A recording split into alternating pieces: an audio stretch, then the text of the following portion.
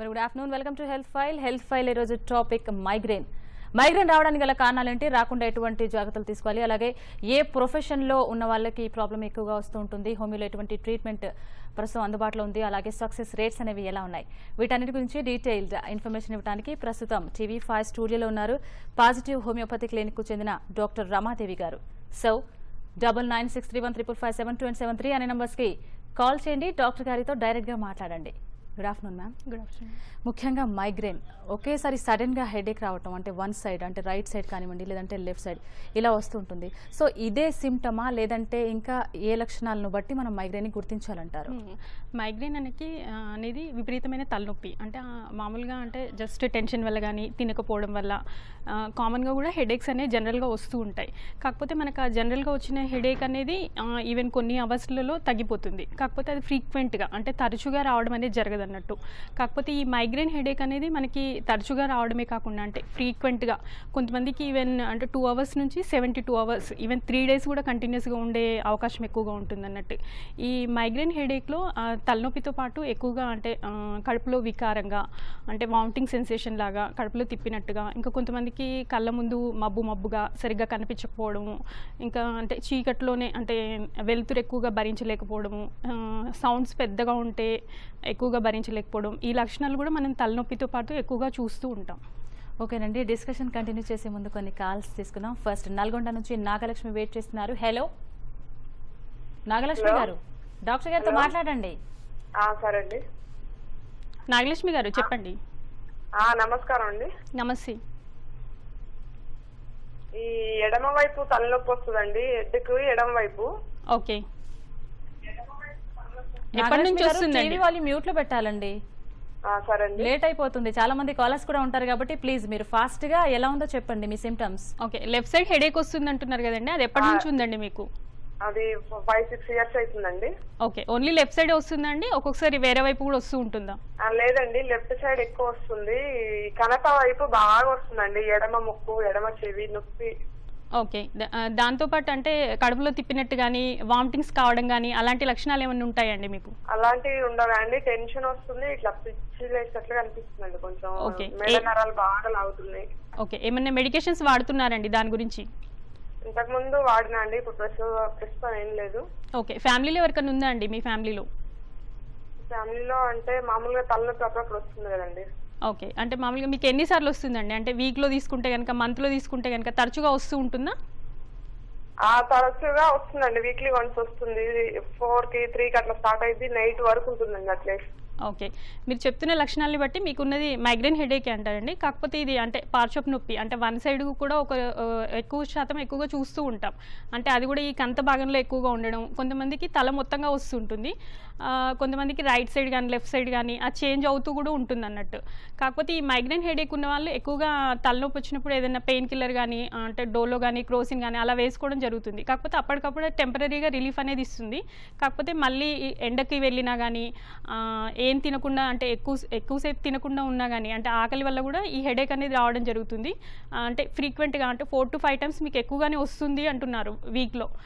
మీరు homeopathy medicines తీసుకున్నట్లయితే అంటే దీంట్లో పెయిన్ కిల్లర్స్ అనేది ఏమీ ఇవ్వడం జరగదు, మీ వ్యక్తిగత లక్షణాలను బట్టి మెడిసిన్ అనేది ఇవ్వడం జరుగుతుంది. కాబట్టి మీకు ఆ ఫ్రీక్వెన్సీ నిదానంగా తగ్గడమే కాకుండా అంటే మీకు మార్నింగ్ వచ్చిన తలనొప్పి నైట్ వరకు ఉంటుంది అంటున్నారు.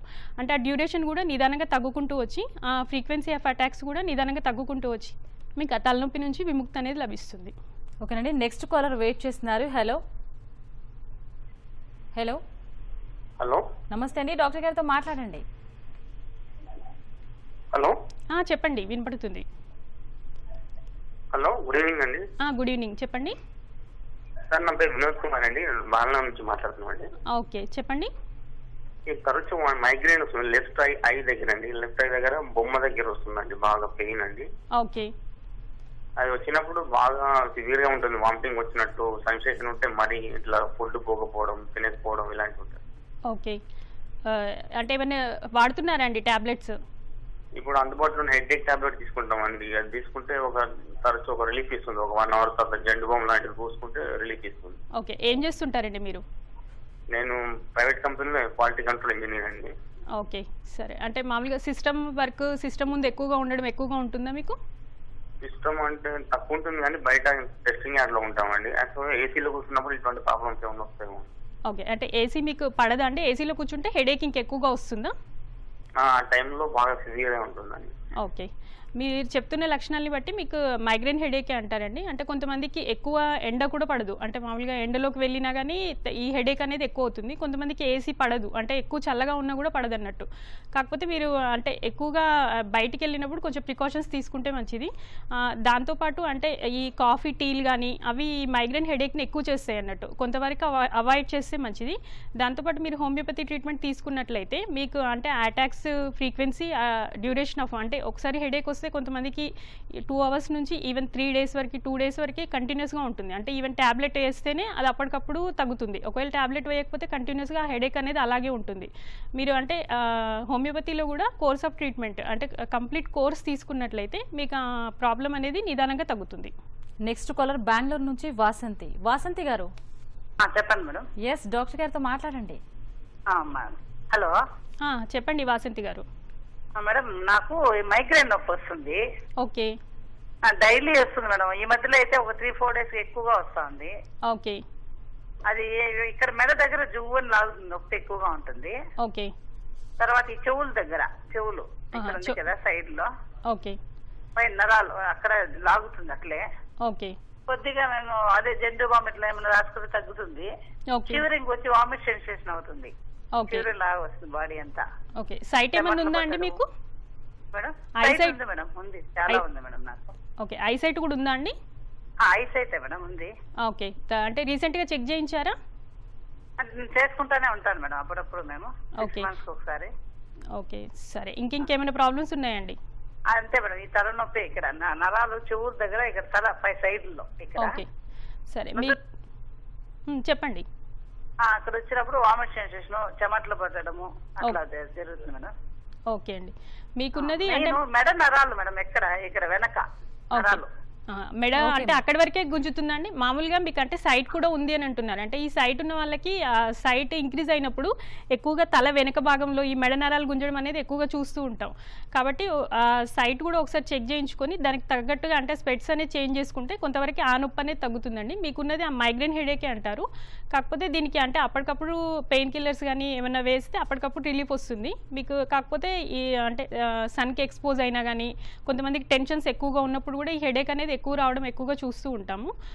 అంటే హోమియోపతిలో దీనికి పర్మనెంట్ సొల్యూషన్ అనేది లభిస్తుంది. కాకపోతే కోర్స్ ఆఫ్ ట్రీట్మెంట్ అనేది కంప్లీట్గా తీసుకున్నట్లయితే మీకు అంటే పెయిన్ కిల్లర్స్ అవసరం లేకుండానే మీకు ఆ హెడేక్ అనేది పూర్తిగా తగ్గడం జరుగుతుంది.